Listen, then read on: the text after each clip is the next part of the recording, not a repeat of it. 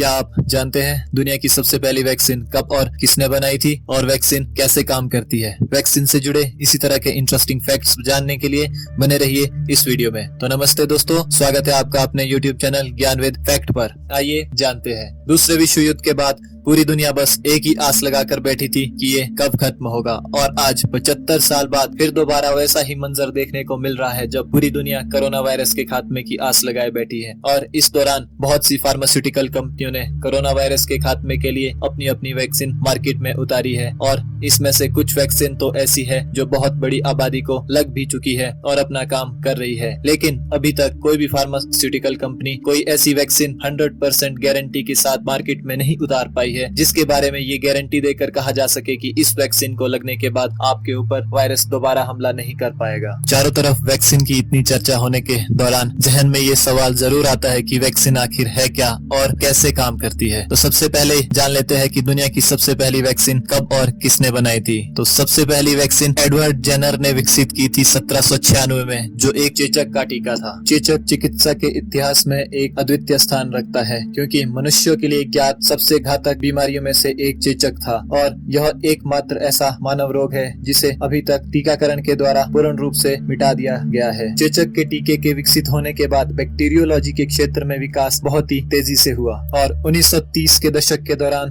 Typhoid, plague और diphtheria इत्यादि जैसे रोगों के नए टीके विकसित किए गए। और वर्तमान में वैश्विक महामारी कोरोना वायरस के भी बहुत से टीके विकसित किए जा चुके हैं और कुछ अभी तक ट्रायल में चल रहे हैं। टीके को विकसित करने के लिए इंसानों पर क्लिनिकल ट्रायल 3 चरणों में किया जाता है। क्लिनिकल ट्रायल के प्रथम चरण में 20 से 100 के लगभग वॉलंटियर्स लिए जाते हैं जो पूरी तरह से स्वस्थ होते हैं, और उन्हें वैक्सीन का डोज देकर देखा जाता है कि वैक्सीन कितनी सुरक्षित है और कितनी कारगर है। यदि वैक्सीन कारगर पाई जाती है तो इसके गंभीर साइड इफेक्ट और वैक्सीन की मात्रा को लेकर अध्ययन किया जाता है, और सेकेंड फेज में वैक्सीन से लोगों में होने वाले साइड इफेक्ट्स को लेकर अध्ययन किया जाता है। और कुछ समय के लिए प्रभावी इन साइड इफेक्ट्स के अलावा यह भी देखा जाता है कि शरीर की प्रतिरोधी क्षमता वैक्सीन को लेकर कैसी प्रतिक्रिया दे रही है, जिसे एक वर्ड में इम्यूनोजेनेटिसी कहते हैं। और तीसरे फेज में जो ट्रायल का अंतिम चरण होता है, इसमें हजारों वॉलंटियर्स पर ब्लाइंडेड मैनर में ट्रायल किया जाता है। ब्लाइंडेड मैनर का अर्थ यह है कि इसमें 2 ग्रुप बनाए जाते हैं। एक ग्रुप को असली वैक्सीन दी जाती है और दूसरे ग्रुप को प्लेसिबो या डमी वैक्सीन दी जाती है। हालांकि वॉलंटियर्स को इस बारे में कोई जानकारी नहीं होती है कि उन्हें असली वैक्सीन दी गई है या डमी वैक्सीन दी गई है। इस चरण में सेफ्टी को लेकर फिर से अध्ययन किया जाता है और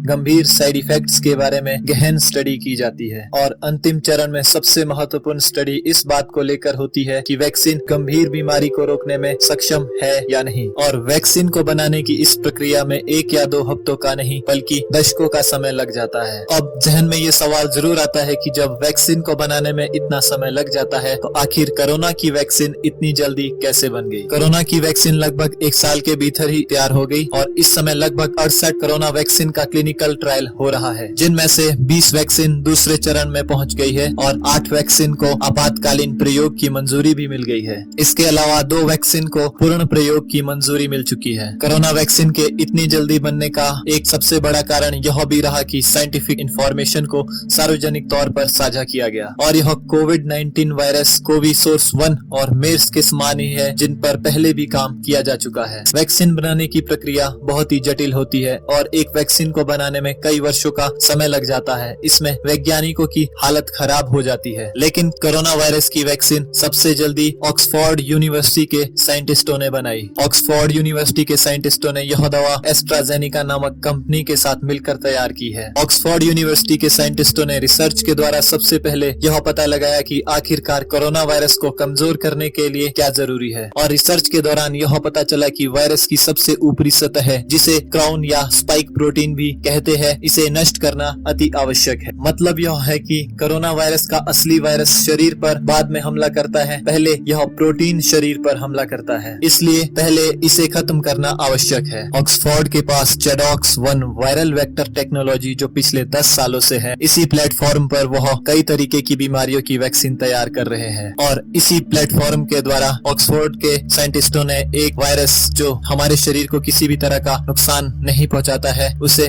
मॉडिफाई किया जिसे एडिनो वायरस कहा जाता है। इस वायरस की वजह से चिंपैंजी में एक सामान्य तरह का जुकाम होता है। ऑक्सफोर्ड के साइंटिस्टों ने चैडॉक्स 1 को चुना क्योंकि यह मजबूत इम्यून रिस्पॉन्स पैदा करता है। यह वायरस को प्रजनन नहीं करने देता है। इसी प्लेटफॉर्म के द्वारा मिडल ईस्ट रेस्पिरेटरी सिंड्रोम का इलाज भी किया गया था। चैडॉक्स 1 को डिजीज एक्स के लिए हमेशा तैयार रखा जाता है। WHO की परिभाषा के अनुसार डिजीज एक्स भविष्य में आने वाली महामारियों को कहा जाता है। अगर साधारण भाषा में कहा जाए तो वैक्सीन एक तरह से हमारे शरीर के एंटीबॉडीज को और इम्यून सिस्टम को ट्रेनिंग देने का काम करती है। वैक्सीन के द्वारा हमारे शरीर में ऐसे पैथोजेंस को इंजेक्ट किया जाता है जो वायरस की जेनेटिक संरचना के समान ही व्यवहार करते हैं और एक तरह से हमारे शरीर के इम्यून सिस्टम और एंटीबॉडीज को ट्रेनिंग देने का काम करते हैं। ये पैथोजेंस हमारे शरीर को किसी तरह का नुकसान नहीं पहुंचाते हैं, लेकिन हमारे एंटीबॉडीज को लगता है कि ये असली वायरस के समान ही घातक है, तो वो इसे खत्म करने का प्रयास करता है और इस तरह से वायरस के खात्मे की एक याददाश्त हमारे बॉडीज के टी सेल्स में